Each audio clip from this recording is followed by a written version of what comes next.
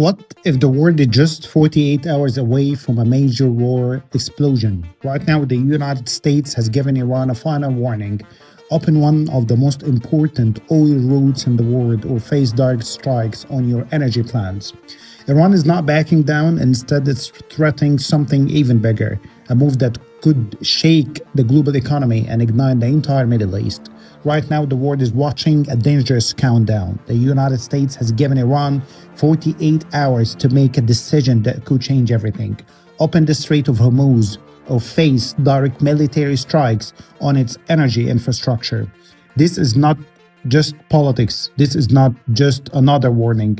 This is a moment where one wrong move could trigger a massive spike in global oil market, a wider war across the Middle East, and a direct confrontation between powerful nations.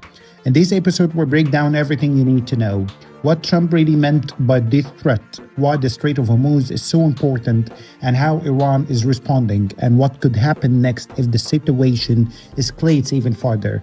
Because the truth is simple, we're not just watching a conflict, we might be watching the start of something much bigger. It could be the World War III. Let's get into it. This is Denzel speaking, and welcome to the World of Intrigue. US President Donald Trump delivered one of the most aggressive warnings we have seen in years. A 40-hour ultimatum to Iran. The message was clear: reopen the Strait of Hormuz, or the United States will begin direct strikes on Iran's energy infrastructure.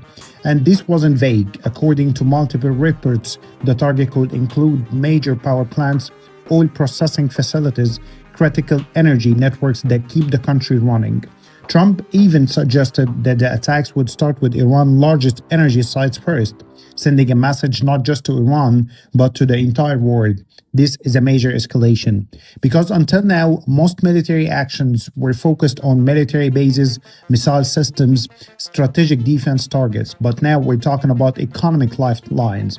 Infrastructure that millions of civilians depend on every day. At the same time, US military activity in the region is increasing.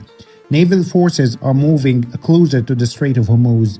Air assets are on standby, and intelligence surveillance has intensified across the Gulf. This doesn't look like a bluff, it looks like a preparation.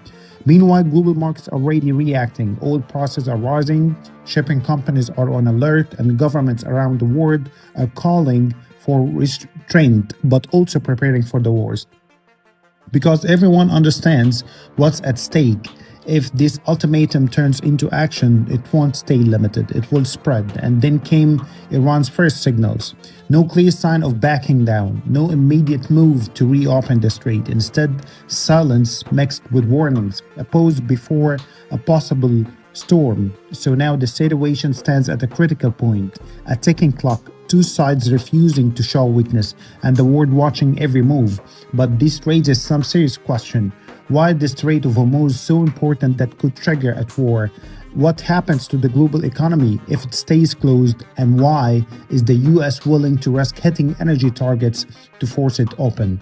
To understand all of this, we need to look closer at one place that controls it all: the Strait of Hormuz. To understand why this crisis is so dangerous, you need to understand one place: the Strait of Hormuz. It may look like just a narrow stretch of water on the map, but in reality, it's one of the most important points in the entire world.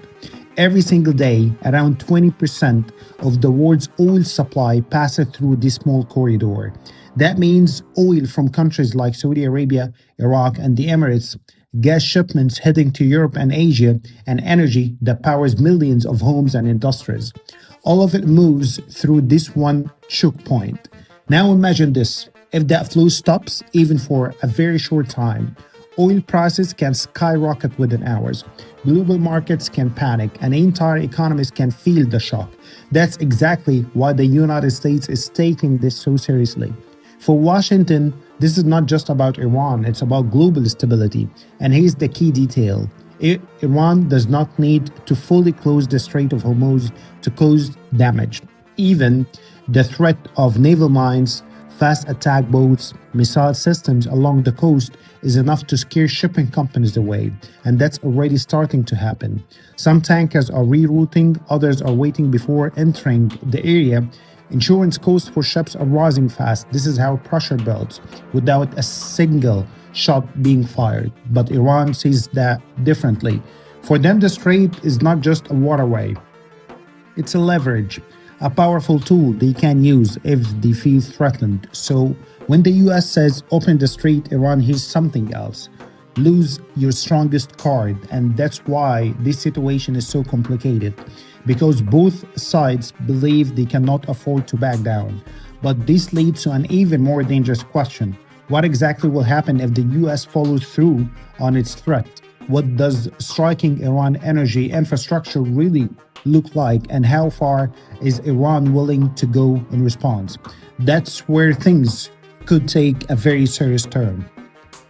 We'll move to the most dangerous part of this critical situation. What exactly does it mean to strike Iran's energy infrastructure? When Donald Trump talks about hitting these targets, he's not talking about isolated military sites. He's talking about systems that keep the entire country running. This includes power plants that supply power to major cities, oil refineries that process crude into usable fuel, export terminals that connect Iran to global markets. These are not just strategic targets, they are critical lifelines. If they are hit, large part of Iran could lose power, fuel shortages could spread quickly, economic activity could slow down or even collapse in some areas. From a military perspective, this is called high-pressure targeting. The idea is simple: hit the systems that matter the most, force the opponent to make a decision. Some officials describe this approach as escalate to de-escalate.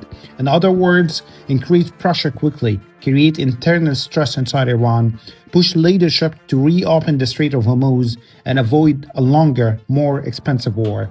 But here's the problem: this strategy only works if the other side decides to step back. And right now, Iran is signaling the opposite, because from their point of view, if they allow this pressure to succeed, they lose their strongest position in the entire conflict. And there's something even more serious. Striking energy infrastructure is a huge escalation under international terms. It risks civilian impact, regional backlash, and possible retaliation beyond Iran's border, which means this is no longer just a military decision, it's a political and a global one. So now the situation becomes even more unstable, because if the US moves forward with these strikes, Iran will almost certainly respond. But how? Will they fully shut down the strait? Will they target US allies in the region? Or could this turn into a wider war involving multiple countries? That's exactly what we're about to explore next.